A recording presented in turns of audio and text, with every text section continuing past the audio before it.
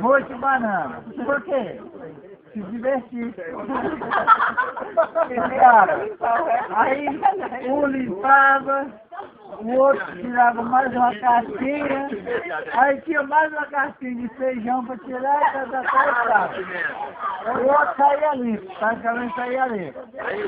Aí, o que acontecia? Ei, o que acontecia? Dava uma peixe. Aí ele pegava, dava uma peixe, uma vontade de cagar, não dava tempo de ir no paiol para buscar o chabuco. Aí o que eu fazia? Tinha essa moitinha, ela lembrava que tinha que fazer o chabuco limpo. Aí chegava lá, olhava para um lado e para o outro assim, sujou e tirava aqui, isso aqui tá limpo. Ia lá e ficava, jogando água. Ficava assim, você não tem que saber coisa do lá e usava. Foi lá. Você usava chabuco?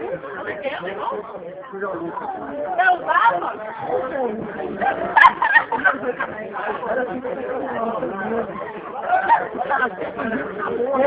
Ei, antigamente a gente...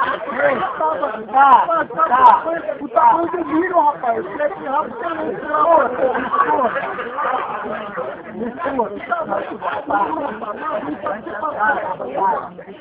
Antigamente a gente usava para passar.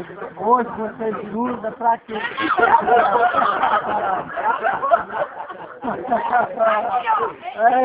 Ei, que essa cara sua?